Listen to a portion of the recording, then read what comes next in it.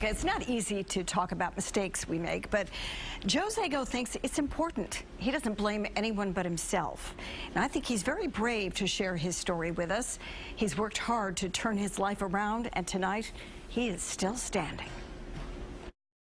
One call to the Carpet Guys and you get fast, free and home shopping. This is how most of us know Joe Zago, from his TV commercials for the Carpet Guys, the company he started from his bedroom in 2009. Be wise, call the Carpet Guys at 855 for my guys. But Joe's path to success has been a rocky one, and he says he has only himself to blame. As a teenager, he was always getting into trouble, starting fights, shoplifting, being chased by police. He ended up in the Macomb County Youth Home and then boarding school. He got a job selling vacuum cleaners, then carpeting, and he found out he was really good at it. He became one of the company's top salesmen when he was only in his 20s.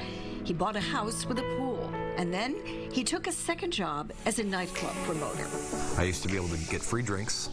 I didn't have to pay cover charge at any place, and I met a lot of pretty girls, and I got a lot of attention.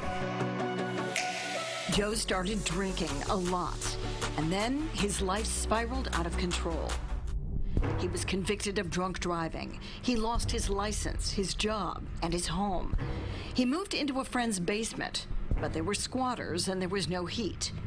One night, he took someone's car keys without asking. If I would have got pulled over, I would have been busted with a car that wasn't mine.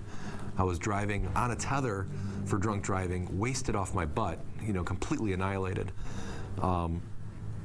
I probably would have went to state prison for probably 2 to 5 years, I'm guessing. I would have been in some real, God, I could have killed somebody. That night was a wake-up call for Joe. He put himself in what he calls mental jail. He quit smoking and stopped drinking. He stopped hanging around with the wrong people and focused on starting his business. He listened to motivational speakers and made a vision board. He started writing down his goals every day, his daily goals, monthly goals, and lifelong goals. And he makes everyone who works for him do the same. A second thing I want to talk about real briefly is your goals. Is everyone doing these daily? Today, Joe's business is booming. He has a huge facility in Troy with 120 full and part-time employees servicing 15,000 customers a year. He's also giving back in a very big way. He supports several local charities and works with groups like the Salvation Army and the Red Cross. Earlier this year, he helped support an effort to donate thousands of smoke alarms to people who need them. But every day is still a struggle. After years of sobriety, Joe slipped about 5 years ago.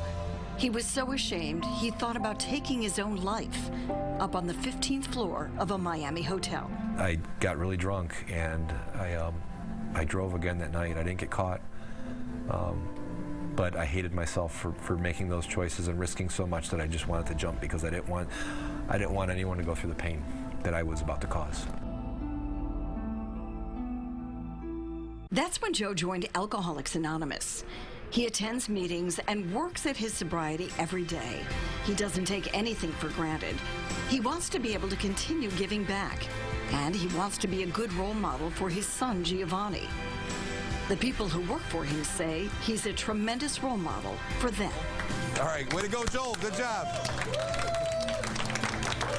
Oh, we are positive, number one in the world.